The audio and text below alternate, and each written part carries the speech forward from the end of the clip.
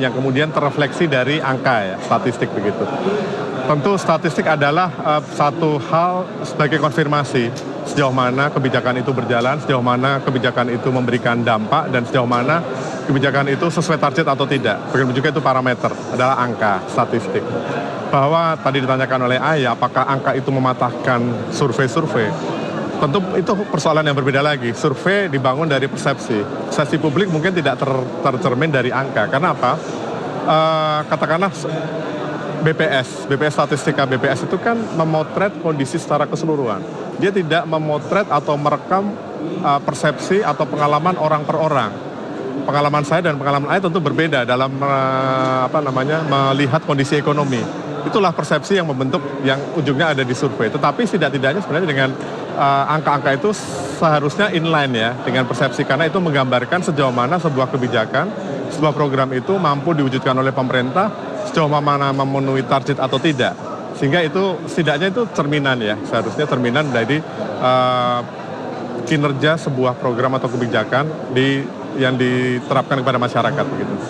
Oke, kemudian bagaimana sih Mas kalau kita melihat strategi dari Bakom RI ini kemudian menyampaikan isi RAPBN 2027 agar kelompok masyarakat kelas menengah khususnya ini mereka bisa merasakan aspirasi ekonomi mereka itu terakomodasi begitu ya dari belanja negara ini. Ya, kalau kata ditanyakan bagaimana Bakom, artinya kan dari sisi komunikasinya kayaknya. Dari sisi komunikasi tentu kita tidak bisa semata-mata mengkomunikasikan hal-hal yang sifatnya teknokratik.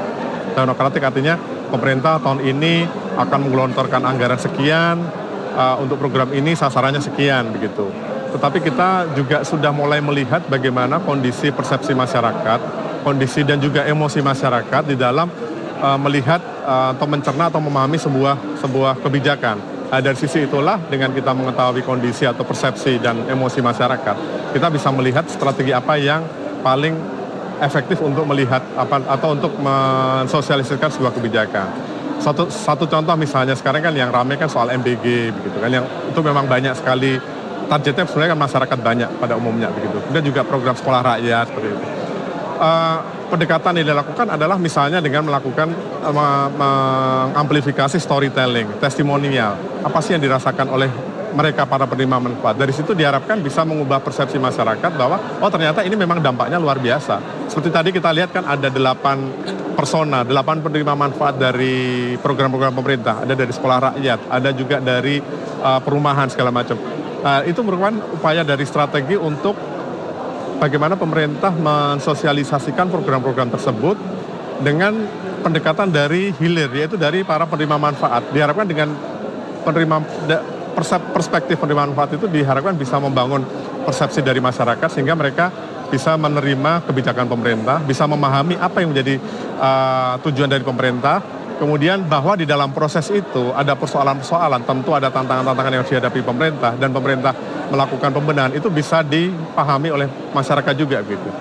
Ya, dan tentunya strategi-strategi yang tadi Anda katakan ini juga harus inline begitu ya dengan rencana yang akan disampaikan oleh Presiden. Ya. Kalau boleh disampaikan Mas, prioritas dalam rancangan untuk 2027 ini apa sih Mas? Dikatakan di pagi tadi banyak sekali efisiensi, kemudian juga pemotongan-pemotongan anggaran-anggaran di banyak lini begitu ya. Itu seperti apa? Kalau tadi disampaikan Ayah efisiensi, kemudian hal-hal yang lain, itu sebenarnya pendekatan. Tapi tujuan utamanya adalah bagaimana kebijakan anggaran, kebijakan fiskal pemerintah melalui RAPBN 2027 nanti itu bisa memberikan dampak semaksimal mungkin kepada masyarakat. Karena ujung dari seluruh program ekonomi, program pembangunan adalah bagaimana masyarakat bisa menerima dampaknya, bisa menerima manfaatnya yang sebesar-besarnya untuk mereka begitu. Jadi sebenarnya sasarannya tidak berubah ya. Tujuan utamanya adalah ke sana muaranya. Tetap bagaimana pendekatan itu tadi dengan efisiensi, kemudian dengan memperbesar kapasitas fiskal melalui pembenahan tata kelola, dengan bagaimana mempercepat belanja pemerintah, kemudian juga strategi-strategi melalui program-program prioritas pemerintah yang berdampak pada misalnya penciptaan lapangan kerja, kemudian bagaimana menggerakkan ekonomi di akar rumput begitu. Apakah ini juga menjadi prioritas Presiden untuk kemudian kalau kita lihat survei di luar sana banyak yang mengatakan bahwa ada penurunan kepercayaan kepada pemerintahan Prabowo Subianto terkait dengan investasi mereka di Indonesia. Begitu. Apakah untuk di 2027 ini kemudian Presiden Prabowo Subianto akan kemudian memunculkan sikap-sikap positif? Ya, kalau kita lihat sebenarnya survei-survei atau kalau tadi dikatakan lembaga investasi ya, itu kan sebenarnya sudah mulai ada pembaikan juga ya, mulai S&P juga sudah mulai outlook-nya bagus, positif, stabil gitu. Dan kita lihat prospek, kalau kita lihat ini sedikit teknokratik ya, menjelaskan bagaimana perkembangan APBN. Salah satu kan kesehatan ekonomi sebuah negara itu dilihat dari bagaimana postur APBN-nya. Kita lihat sekarang ini realisasi APBN sampai dengan 1 semester kemarin, Juni kemarin itu, kita lihat defisitnya justru membaik. Pada triwulan pertama Maret, defisit APBN kita itu sekitar 0,93%. Di Juni kemarin atau 1 semester itu menjadi 0,76%. Artinya apa? Upaya-upaya pemerintah dalam menjalankan kebijakan fiskal ini cukup prudent, cukup disiplin, tetapi tetap membuahkan manfaat yang sebesar-besarnya untuk masyarakat begitu. Jadi ini kan salah satu sorotan dari lembaga-lembaga rating di luar kan bagaimana kesehatan fiskal kita. Pada kenyataannya fiskal kita membaik begitu, dan itu sudah terkonfirmasi juga oleh beberapa lembaga rating yang melihat bahwa secara peringkat investasi kita outlook-nya masih stabil gitu. Ya, oke. Ya. Jadi banyak hal memang sebenarnya bukan hal yang negatif dalam hal secara general negatif begitu ya. Kalau negatif itu kan sebenarnya persepsi ya. Persepsi publik bagaimana, ya kita tidak bisa memungkiri juga bagaimana pengalaman masyarakat, pengalaman publik di dalam situasi-situasi yang dihadapi sekarang misalnya. Atau pengalaman-pengalaman publik di dalam melihat, kita juga sekali lagi pemerintah tidak memungkiri, tidak mendinai pengalaman masyarakat di dalam melihat pelaksanaan program pemerintah yang prioritas pemerintah yang ya mungkin masih perlu ada pembenahan di sana sini. Seperti MBG misalnya kan semua masyarakat tahu ada satu persoalan dan satu tantangan besar yang sekarang oleh pemerintah diadres demikian rupa oleh pimpinan BGN yang baru begitu. Tentu itulah sudah banyak revisi yang dilakukan dalam lembaga MBG. Dan itu kan yang dialami oleh, yang dirasakan oleh masyarakat gitu tadi. Oke. Untuk program prioritas ini kemudian Anda melihat seperti apa sih Mas rancangan ke depannya khususnya untuk MBG, sekolah rakyat yang juga kita tahu banyak sisi positifnya dalam program ini. Ya. Pemerintah tentu, pemerintahan Presiden Prabowo tentu untuk program-program prioritas yang kalau publik mengatakan ini sebagai flagshipnya pemerintah, tentu itu akan dimaksimalkan karena memang salah satu yang dilakukan kalau kita melihat 22 bulan pemerintah Presiden Prabowo sejak beliau dilantik sampai dengan kita memasuki usia 81 tahun kemerdekaan ini, yang kita bisa melihat itu kebijakan yang transformatif sebenarnya. Kebijakan transformatif itu artinya tidak hanya menyelesaikan satu persoalan, tetapi juga sekaligus pada saat yang sama memberikan multiplier efek yang besar pada sektor-sektor yang lain. Misalnya persoalan gizi misalnya. Persoalan gizi itu kan bukan pada pada saat Presiden Prabowo dilantik menjadi presiden. Itu persoalan yang sudah ada sejak lama begitu. Upaya-upaya perbaikan tentu sudah dilakukan oleh pemerintah sebelumnya. Tetapi saat ini pemerintah Presiden Prabowo Subianto mengadres secara serius dengan mengakselerasi penyelesaian persoalan gizi melalui MBG. Di satu sisi persoalan gizi mulai teratasi, gizi anak sekolah, gizi ibu hamil, ibu menyusui dan balita. Tapi di sisi lain juga menciptakan satu multiplier efek yang luar biasa besar pada penciptaan lapangan kerja misalnya, karena ada penyerapan tenaga kerja di dapur-dapurnya. Kemudian juga ada penyerapan logistik atau hasil-hasil pangan produksi petani, peternak, pekebun begitu yang diserap untuk memenuhi kebutuhan dapur-dapur MBG. Ada multiplier efek secara ekonomi. Bahkan tidak hanya itu, ada juga multiplier efek dalam konteks konstruksi karena ada pembangunan dapur-dapur MBG dan itu juga menyerap tenaga kerja juga. Jadi terlepas sekali lagi program MBG ada tantangan yang saat ini sedang dibenahi oleh pemerintah, tetapi kita juga secara objektif perlu melihat ada multiplier efek yang besar yang dilahirkan dari MBG tersebut. Yang kalau awalnya dari kita lihat pemotongan dari revisi yang dilakukan oleh pemimpin BGN yang baru, gitu ya, pemotongan dapur-dapur, kemudian juga efisiensi di beberapa lini, multi efek dari tadi Anda katakan lapangan kerja itu berkurang atau seperti apa? Apakah ada rancangan baru nanti 2027, Mas? Kalau lihat potensi dampak ke lapangan kerja tentu ada. Misalnya nanti ada efisiensi, termasuk efisiensi dari dapur segala macam. Tetapi begini, kita juga melihat secara keseluruhan. Efisiensi ini kan Ada efisiensi di anggaran juga, sudah disebutkan dari 325 menjadi 268, bahkan terakhir menjadi sekitar 229 triliun. Ada efisiensi sekian ratus triliun yang tercipta dari efisiensi anggaran tersebut. Tentu penghematan anggaran ini menambah kapasitas fiskal pemerintah. Dengan menambah kapasitas fiskal pemerintah, pemerintah memiliki ruang untuk katakanlah dia memperbesar kapasitas program Perlinsos.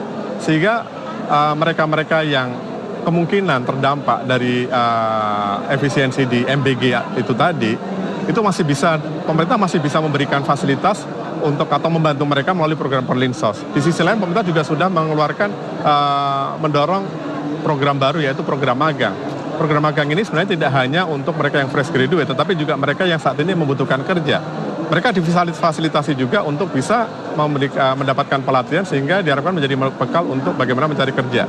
Bahkan mereka juga dapat insentif uang saku lah katakan seperti itu. Jadi secara ekonomi mereka tetap ada buffernya dari pemerintah. Dan dari mana itu adalah dari efisiensi. Jadi semua program-program tersebut kalau kita lihat sebenarnya menciptakan satu ruang fiskal baru untuk pemerintah, untuk bagaimana pemerintah juga memperkuat program-program yang lainnya. Kalau kita bisa melihat historical dari apa yang terjadi di tahun anggaran yang saat ini begitu. Tapi itu kita berbicara soal pembagian porsi anggaran begitu ya. Di tahun 2027 apakah akan ada perbedaan porsi anggaran mulai MBG, pendidikan dan lain-lain sebagainya, seperti apa Mas melihat? Kalau itu tentu nanti sudah dihitung oleh pemerintah ya, yang nanti akan diumumkan oleh Presiden Prabowo. Tentu saya tidak ingin mendahului beliau. Tetapi kalau melihat pemetaannya, pasti pemerintah trennya kalau kita lihat tren APBN itu selalu meningkat volume belanjanya. Volume belanja tahun anggaran 2026 lebih besar daripada 2025. Demikian pula di 2027 kemungkinan juga akan lebih besar daripada 2026.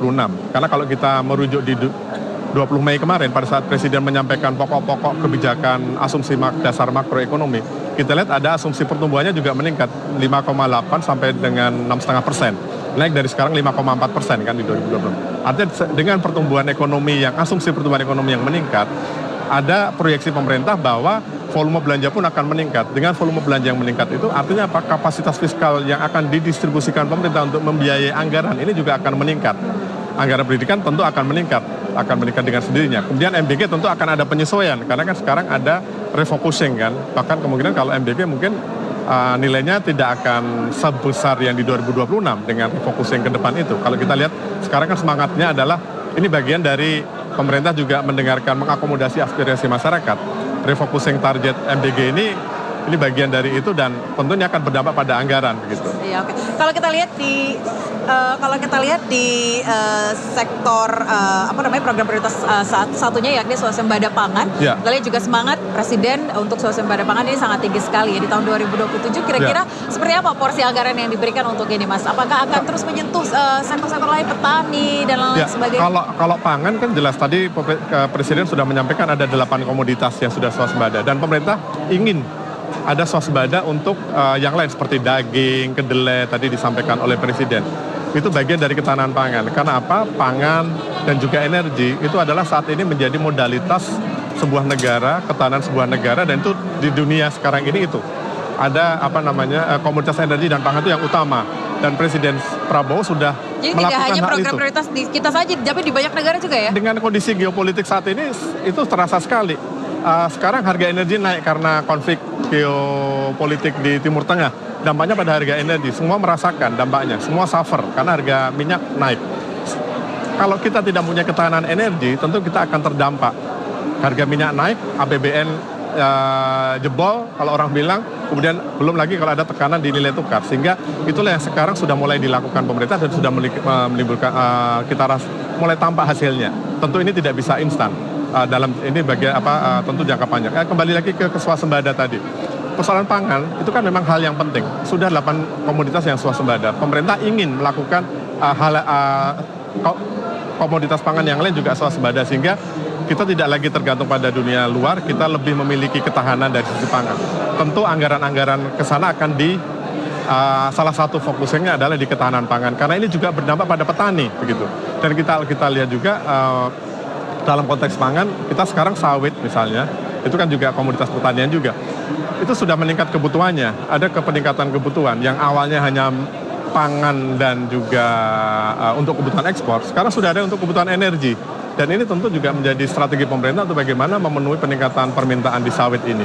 Dan di sisi lain tentu upaya ini sekaligus untuk memberikan satu nilai tambah untuk petani. Dan kita juga mesti melihat, kalau kita lihat BPS, NTP nilai tukar petani kita tuh sudah stabil di atas angka 100, artinya positif untuk petani sekarang ini. Iya, iya. Ini menarik sekali, apalagi juga dikatakan semuanya akan saling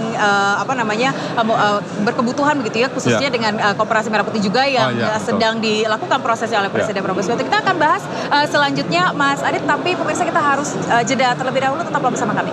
Ya.